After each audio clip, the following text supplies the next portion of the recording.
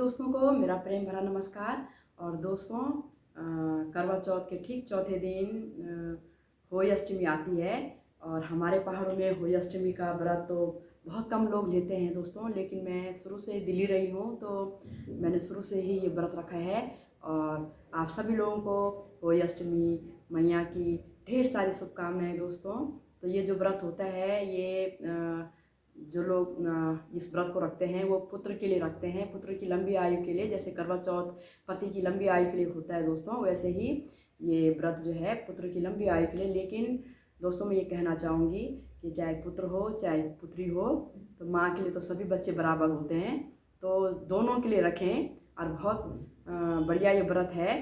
तो हम जैसे अपने पति के लिए कामना करते हैं तो अपने पुत्र के लिए भी हम ईश्वर से कामना करते हैं कि हमारे जो पुत्र हैं, सबके जो पुत्र हों या चाहे पुत्री हों, चाहे बेटा हो या बेटी, उनकी लंबी आयु के लिए एक माँ हमेशा प्रार्थना करती है। और इस व्रत के तहत विशेष ये आज का विशेष योगदान है और इसका महत्व भी है दोस्तों, क्योंकि इस दिन होली माता जो है माँ गौरा का रूप ही है, उस रूप में इसको पूजा जाता है। और जो मेरे गले में आप ये माला देख रहे हैं ये चांदी की है और इसमें होली माता यहाँ बनी हुई है। और इसके किनारे किनारे दानियाँ जो चांदी के दाने लगे हुए हैं, ये हर साल एक एक साल पूरे होने पर जिस दिन होली अष्टमी होती है उस दिन ये इसमें डाले जाते हैं। और ये धागा जो है रोली जिसको बोलते हैं उसके अंदर ही पिरोई हुई है मैंने। तो सबका अपना अपना तरीका होता है व्रत लेने का, कि बहुत से लोग क्या करते हैं कि ये माला नहीं पहनते हैं, लेकिन मैं शुरू से ही ये माला पहनती हूँ। कि जब मैंने शुरू में स्टार्ट किया था तो ये माला इसके तो आज पूरे दिन भर जैसे मंगलसूत्र पहना रहता है करवा चौथ पे, वैसे इसे भी आज पूरे दिन धारण करते हैं। और शाम को तारों की इसमें पूजा होती है और तारे पूज के ही व्रत खोला जाता है। और ये भी बिल्कुल निर्जल होता है, किसी भी प्रकार का कोई खाना इसमें नहीं खाते हैं। और शाम को जब सूर्यास्त होता है तो तारे दिखने लगते हैं, तो तारों की छाँव में फिर आप कथा करके अपना ये व्रत खोल सकते हैं। तो अपने अपना सारे जो त्यौहार होते हैं, जो व्रत होते हैं, उनका अपना एक अलग महत्व होता है। तो मुझे भी ये व्रत अच्छा लगा तो मैंने भी लिया। तो मैं कुछ ज़्यादा ना कहते हुए आप लोगों को होली अष्टमी की बहुत सारी शुभकामनाएं, ढेर सारी शुभकामनाएं। और इसी उसमें मैं माँ गौरा को याद करते हुए, शिव परिवार को याद करते हुए एक छोटा सा एक भजन आप लोगों के सामने लाई हूँ। ये भजन जो है ये नटखट वाला भजन है, भगवान श्री नटखट वाला भजन है ये भजन। तो इसमें गौरा मैया और भोले शंकर और गजानंद जी का इसमें जिक्र है, तो आप ज़रूर सुनिएगा। अगर आपको अच्छा लगे दोस्तों तो लाइक ज़रूर करना।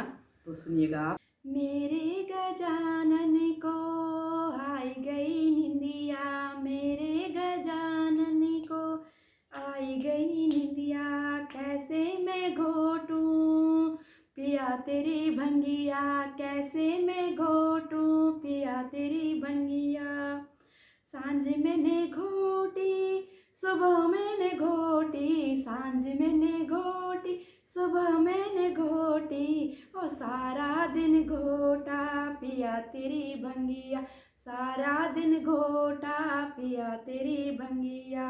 मेरे गजानन को आई गई निंदिया, मेरे गजानन को आई गई निंदिया, कैसे मैं घोटूं पिया तेरी भंगिया, कैसे मैं घोटूं पिया तेरी भंगिया।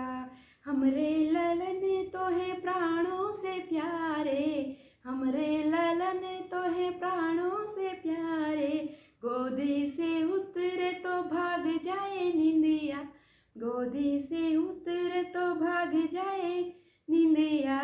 मेरे गजानन को आई गई निंदिया, मेरे गजानन को आई गई निंदिया, कैसे मैं घोटूं पिया तेरी भंगिया।